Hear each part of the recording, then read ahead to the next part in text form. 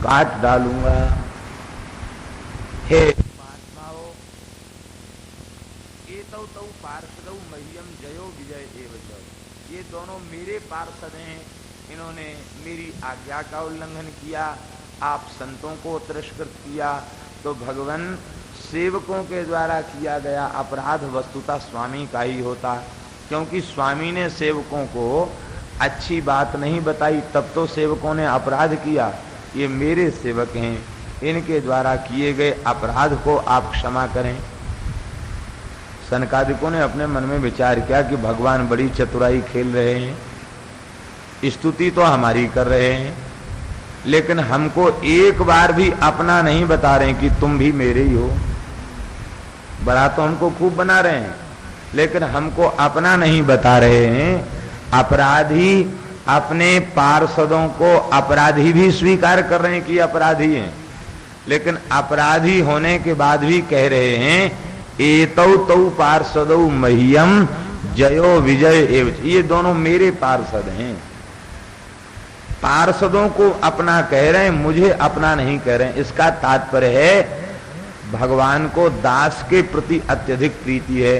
तो वस्तुतः अभी ऐसी भक्ति हमें प्राप्त नहीं हो पाई है जो भगवान हमें अपना कहें। वस्तुतः अभी हम बहुत पीछे हैं, इसलिए अब हमें ऐसा प्रयत्न करना चाहिए कि भगवान हमें अपना कहें। इसी संकल्प की पूर्ति के लिए वे ही सनकादिक महानुभाव भक्तराज श्री प्रहलाद जी के रूप में प्रकट हुए, भगवान हमें अपना कहें। और जब वे प्रहलाद के रूप से उनका संयुक्तावतार हुआ तो भगवान ने उनको गोद में बिठाया और उनको अपना कहा। भगवान ने पार्षदों से कहा कि मेरी इच्छा से साफ हुआ, तो अब पार्षदों को दुख नहीं था। बोले हम तो प्रपन्न हैं, शरणागत हैं, आपकी इच्छा में हमारी इच्छा है। तत्सुख सुखित्व। पूज्य श्री मामा जी महाराज बड़ा सुंदर भजन गाते हैं, जो बनाओ सो बन जाएंगे, जहां भेजो वहीं जाएंगे। किसी देश में रहें, किसी भेष में रहें, बस तुम्हारे ही कहलाएंगे, जहां भेजो वहीं जाएंगे। बस तो यही प्रपत्ति का, शरणागति का भाव है। भगवान ने इनको भेज दिया, वैकुंठ से इनका पतन हो गया।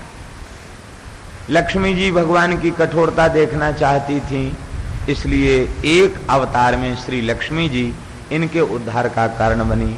जब साक्षात भगवती महालक्ष्मी श्री किशोरी जी के रूप में लंका में विराजी, उस समय रावण और कुंभकर्ण के रूप में यह आए और इनके उद्धार का कारण ये बने।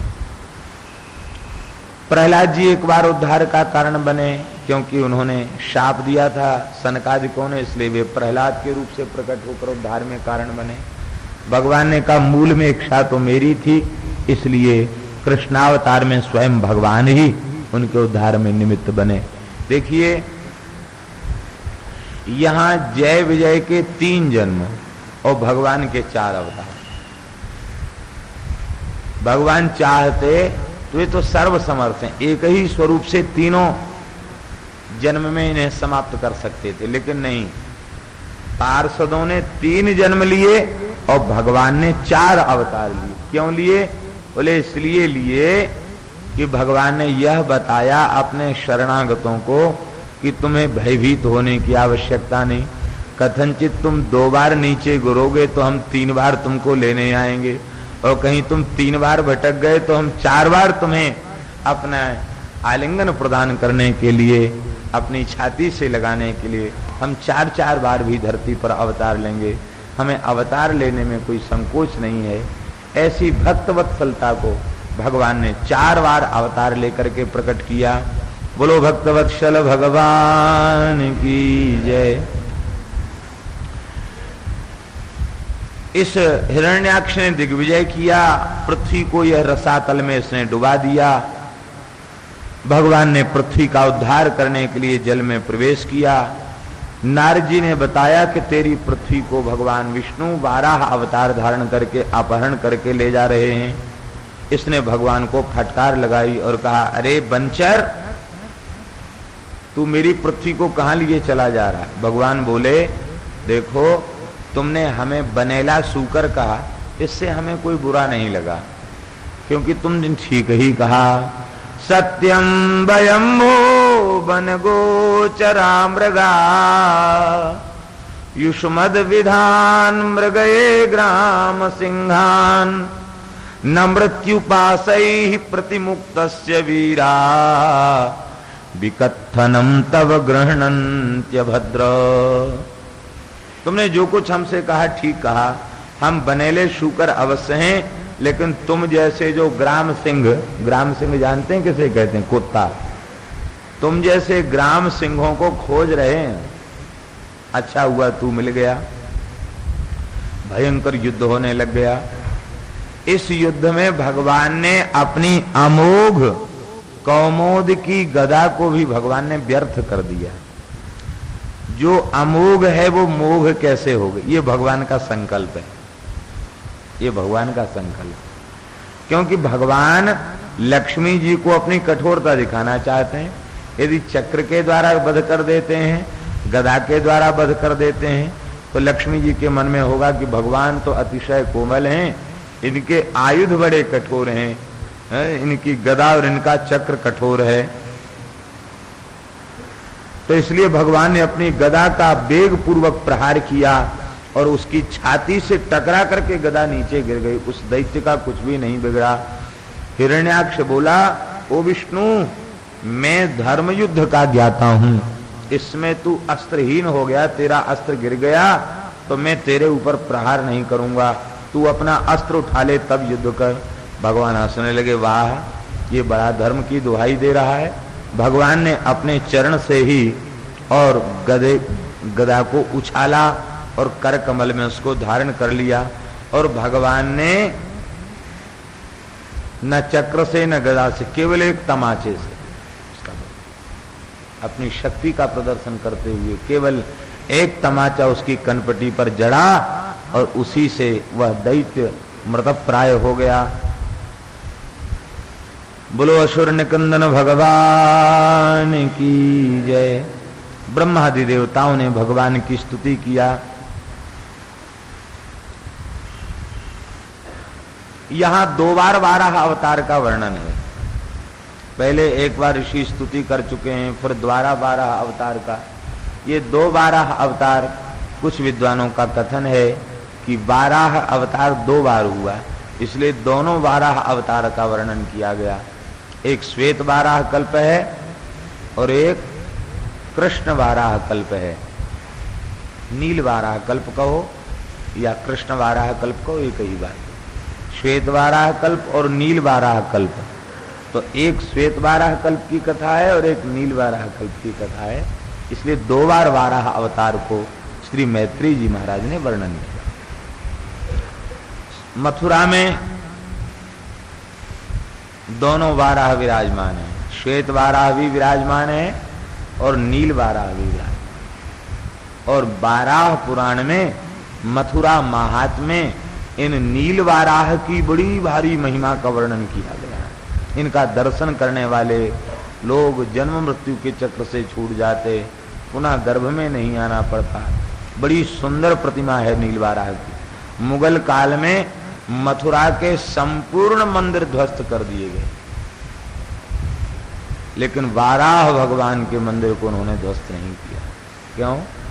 जहां वाराह आकृति होती वहां मुगल प्रवेश नहीं करते, और जब उधर जाने लगे तो जैसे वाराह शब्द करता है ऐसी भगवान ने शब्द करके घुड़की दी, वो सब भाग खड़े हुए, वहां कोई पहुंचा नहीं। आज भी वो विराजमान है।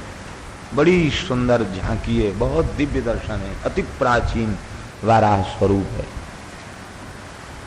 ये आपके द्वारकाधीश के पीछे ही जो मोक्ष गली है, उसी गली में श्वेत वाराह, एक तरफ श्वेत वाराह है और एक तरफ नील वाराह है। नील वाराह अति प्राचीन है, श्वेत वाराह भी बहुत प्राचीन है, लेकिन नील वाराह तो वस्तुतः अति प्राचीन है। पुरातत्वविदों ने भी उनको हजारों वर्ष प्राचीन प्रतिमा के रूप में उनको सिद्ध किया है। बोलो वाराह भगवान की जय।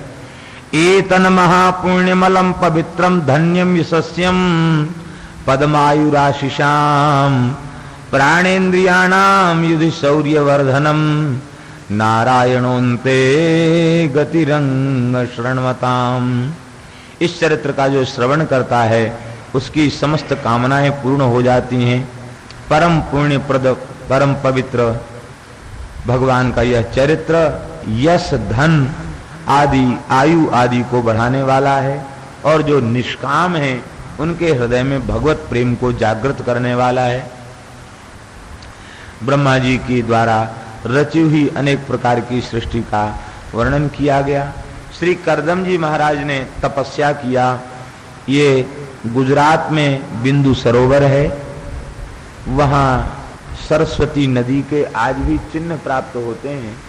उस सरस्वती, अब इस समय तो उसमें जल नहीं है, लेकिन नदी के चिन्ह दिखाई पड़ते हैं। वर्षा काल में उसमें जल आता है, बाकी तो प्रायः जल के अभाव के कारण उधर की नदियां सूखी हैं। किसी काल में 12 मास वहां सरस्वती का प्रवाह था। अब धीरे धीरे जल की कमी होने से वहां सरस्वती का प्रवाह नहीं है, बिंदु सरोवर है। और किसी मत से बिंदु सरोवर सरस्वती यह दक्षिण में भी कही जाती है, जहां श्री करदम जी की तपस्थली। दोनों का समाधान कल्प भेद से हो जाता है। 10,000 वर्ष तक तपस्या किया भगवान ने। गरुड़ जी के ऊपर बैठ करके विराजमान होकर के दर्शन दिया। भगवान की 8 भुजाएं हैं, शंख चक्र गदा पद्म, धनुष बाण ढाल और तलवार भगवान ने ले रखे थे। श्वेत कमल भगवान के कर कमल में था और भगवान गरुड़ जी की ग्रीवा पर अपने दाहिने चरण कमल को विराजमान किए हुए थे।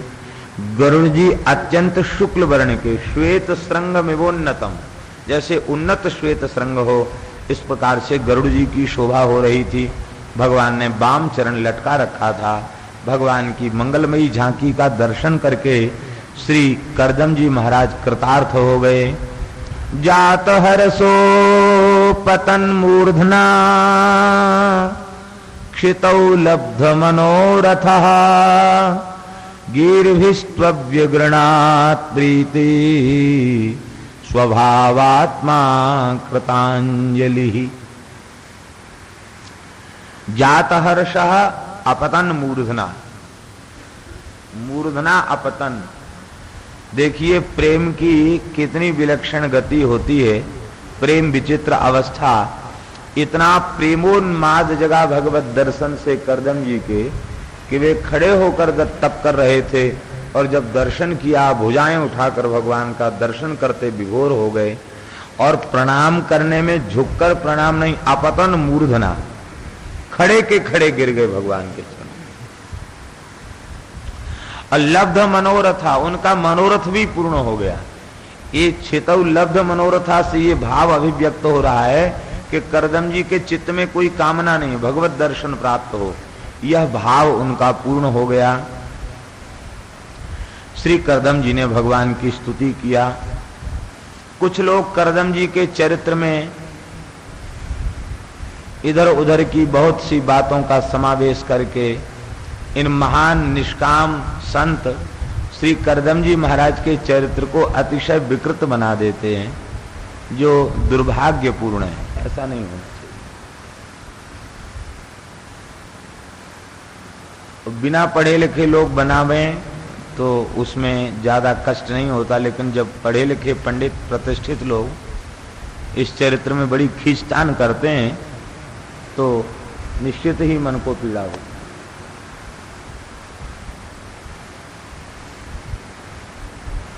कैसे कैसे दृष्टांत इस प्रकरण में कहते हैं, लेकिन ऐसा नहीं कहना चाहिए। इससे प्रमाणित होता है कि जीव अपनी वासना वासित वृत्ति को जहां कहीं उसे अवसर मिल जाए उसे खूब पोषित करने का प्रयत्न करता है। ऐसी बातों के द्वारा उनके चित्त का कालुष्य ही प्रकट होता है। ऐसा नहीं होना चाहिए। करदम जी का चरित्र बड़ा उदात्त चरित्र है। उन्होंने ब्याह के लिए तपस्या नहीं की। यहां तक लोग कह देते हैं पुस्तकों में भी लिखा है कि भगवान सामने प्रकट भये, बोले किस लिए बुलाया? महाराज ब्याह करना चाहते हैं। बस भगवान रोने लगे। हाय बताओ, ये महात्मा बुढ़ापे में ब्याह करना चाहते हैं। दुख के मारे भगवान रोने लग गए, उनके आंसुओं से कुंड बन गया। यहां तक लोगों ने लिख दिया। अब करदम जी के भाव कितने पवित्र हैं, ये तो उद्यतस्य ही कामस्य प्रतिबादो न शिष्यते, इसके ऊपर तो बहुत दृष्टांत सुनाते हैं लोग। लेकिन करदम जी का चरित्र भागवत के मूल में किस प्रकार का है, ये श्रवण करना चाहिए। ऋषिरुवाच, संत के हृदय की अभिव्यक्ति वह उसके भावों से ही तो होगी, और भावों का निरूपण स्तुति के द्वारा होगा। तो स्तुति से आप देखें कि करदम जी का कैसा वैराग्य प्रकट हो रहा है। ऋषिरुवाच, जुष्टम बताद्याखिल सत्वरासे सांसिध्यमक्ष्णोस्तव दर्शनान्न यद्दर्शनम जन्मभिरीड्य सद्भि रासासते योगिनो रूढ़ योगा। हे भगवान, आप स्तुति करने के योग्य हैं, स्तुत्य हैं, क्योंकि आप संपूर्ण सत्व गुण के आधार हैं। संपूर्ण सत्वगुण आप में प्रतिष्ठित है, विशुद्ध सत्वमय आपका स्वरूप है, और विशुद्ध सत्वमय आपका स्वरूप होने के कारण जिन साधकों के भीतर रजोगुण तमोगुण का किंचन मात्र लेश भी है, वे आपको प्राप्त नहीं कर पाते। जब तक रजोगुण और तमोगुण की सर्वथा निवृत्ति नहीं होती और माइक सतोगुण भी निवृत्त हो जाए, विशुद्ध सत्व में प्रतिष्ठा जब तक नहीं होती, तब तक आपका साक्षात्कार नहीं होता। हे भगवान, इसलिए अपने भीतर सत्व गुण को विकसित करने के लिए योगी जन कई जन्म ग्रहण करते हैं। निरंतर जन्म लेकर साधन करके निरंतर अपने सत्व गुण की वृद्धि में लगे रहते हैं, और जब उनके भीतर संपूर्ण सत्व की प्रतिष्ठा होती है, तब संपूर्ण सत्व के आधार जो आप हैं, आपकी प्राप्ति होती है, आपका दर्शन होता। इस प्रकार से रज और तम की निवृत्ति में और आपके स्वरूप के साक्षात्कार में उनको कई जन्म लग जाते हैं। लेकिन भगवान, उन रूढ़ योगियों को, जो योग मार्ग पर आरूढ़ हैं, उनको कई जन्म लग जाते। लेकिन हे भगवान, आपकी कैसी विलक्षण कृपा, हमको कई जन्म नहीं, थोड़े से समय हमने भजन किया और आपने कृपा पूर्वक हमें दर्शन दे दिया। इसका तात्पर्य क्या है? इसका तात्पर्य है कि जब तक विशुद्ध सत्व प्रकट नहीं होगा, तब तक आपका साक्षात्कार नहीं होगा। इसका मतलब है कि करदम जी के अंतःकरण से रजोगुण तमोगुण की सर्वथा निवृत्ति हो चुकी है और विशुद्ध सत्व में उनकी प्रतिष्ठा हो चुकी है। और इनकी निष्कामता कितनी उच्च कोटि की है, आप भागवत से श्रवण करें। कामना वासना की बहुत निंदा कर रहे हैं श्री करदम जी महाराज। कहते हैं, ये माययाते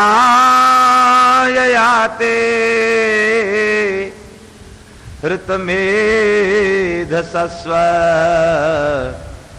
ये माययाते हतमेध सस्व, पादारविंदम भव सिंधुपूतम उपासते कामलवायते शाम राशीष कामान निरये पियेषु। हे भगवान, वस्तुतः उनकी बुद्धि को आपकी माया ने ठग लिया है। आपकी माया के द्वारा उनकी बुद्धि ठगी गई है, जो आपकी उपासना क्षणिक काम सुख विषय सुख की प्राप्ति के लिए आपकी उपासना करते हैं। लौकिक पारलौकिक भोग उनकी प्राप्ति के लिए जो आपकी उपासना करते हैं, महाराज उनकी बुद्धि आपकी माया के द्वारा ठगी गई है, हरण की गई बुद्धि है, इसलिए वे आपकी उपासना करते हैं। क्योंकि आपकी उपासना कैसी है? कहते पादार विंदम भव सिंधु पोतम, आपके युगल चरण कमल भव सागर से पार उतरने के लिए जहाज के समान है। तो जिन चरण कमलों की आराधना उपासना करके जीव भव सागर से छूट जाए, उन्हीं चरण कमलों की उपासना वो संसार चक्र में पड़े रहने के लिए करते हैं। तो अब बताइए इससे भारी मूर्खता और क्या होगी? क्यों? निरयेपियेषु, जिन कामनाओं की पूर्ति वे आपकी उपासना से करना चाहते हैं, वे कामनाएं तो नारकीय सूकर कूकर की योनि में भी पूर्ण हो जाती है।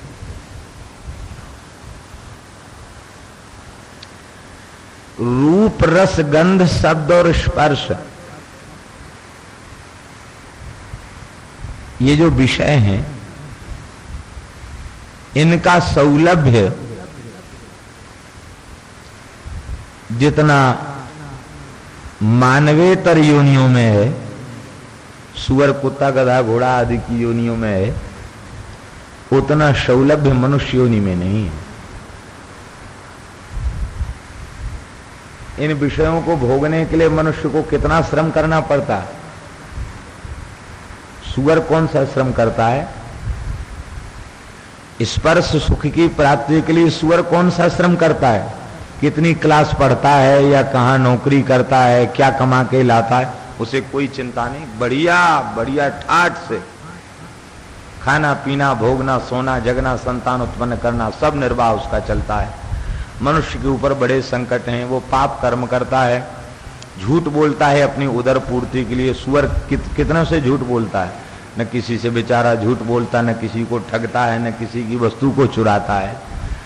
तो उसका बिना पाप के पेट भर जाता है, और मनुष्य को कितना पाप करना पड़ता तो भी पेट भरता नहीं।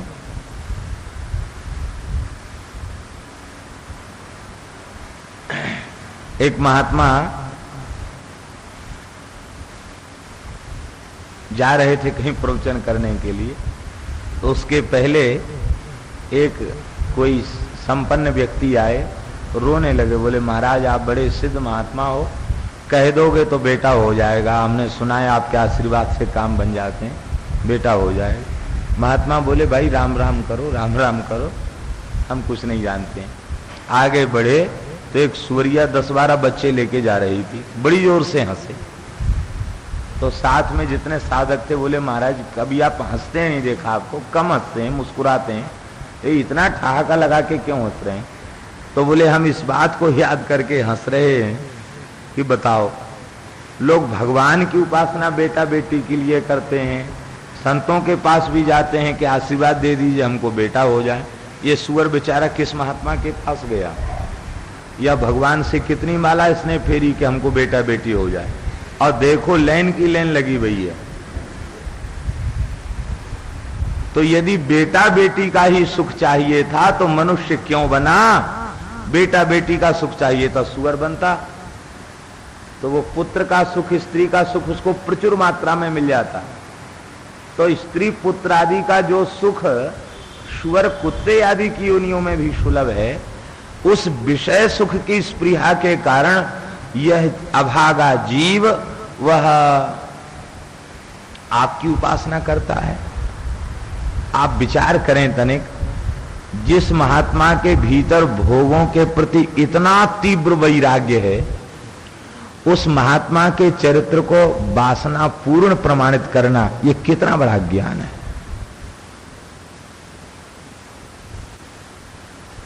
कि वो भगवान कह के गए थे तो पत्ता खटकता था तो अरे आई देवभूति, अरे आए मनु, अब ब्याह होए वो, ऐसे ऐसे लोग करते हैं। कितना दुर्भाग्य की बात, कैसी निष्कामता है।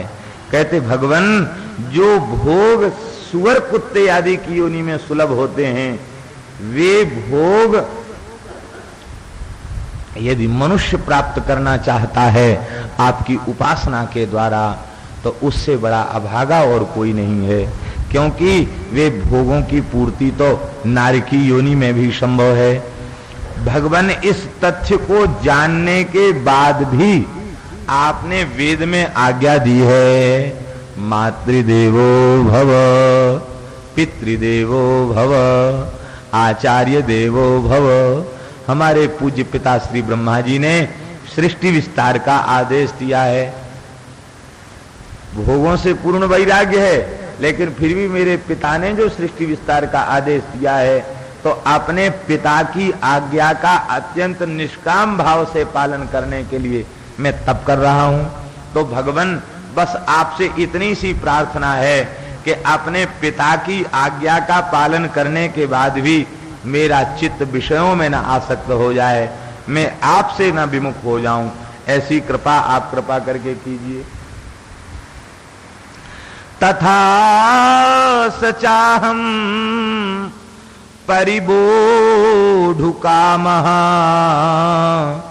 समान शीलाम ग्रहमेध धेनुम उपेयिवान मूलमशेष मूलम दुराशयः काम दुगांग्रिपस्य। समान शीलाम कहकर इस भाव को अभिव्यक्त कर रहे हैं कि जैसा आपकी कृपा से मेरा विशुद्ध चित्त है, ऐसे ही शुद्ध चित्त वाली कन्या प्राप्त हो जाए, जिससे आपके भजन में हमारा विक्षेप नहीं होगा। भगवान प्रसन्न हो गए, गदगद हो गए। इनकी निष्कामता पर भगवान इतने रीझ गए कि भगवान ने क्या कहा, स्वयं भगवान कह रहे हैं, आत्मजा मसतापांगीम वयः शील गुणान्विताम मृगयंती पतिम दास्यत्यनुरूपायते प्रभो। जैसी कन्या तुम्हारे लिए उपयुक्त है, उस कन्या की खोज करके तब हम यहां आए हैं तुम्हारे पास। वो वैशील और गुणों में तुम्हारे ही अनुरूप है। मनु महाराज अपनी मध्यम पुत्री को लेकर आएंगे, विवाह करेंगे, तुम विवाह कर लेना। 9 कन्याओं का जन्म होगा और 10वीं संतान के रूप में स्वयं मैं प्रकट हो जाऊंगा, मैं स्वयं अवतार ग्रहण करूंगा।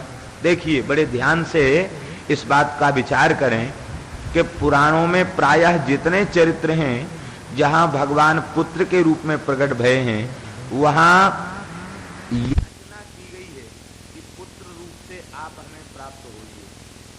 लेकिन एकमात्र करदम जी का चरित्र ऐसा चरित्र है जहां करदम जी ने कहीं संपूर्ण स्तुति में ये बात नहीं कही कि भगवान आप हमारे बेटा बन के आइए, लेकिन भगवान अपनी तरफ से प्रस्ताव कर रहे हैं कि मैं तुम्हारा पुत्र बन के आऊंगा। इसका तात्पर्य है कि श्री करदम जी की निष्कामता पर ठाकुर जी इतने रीझ गए,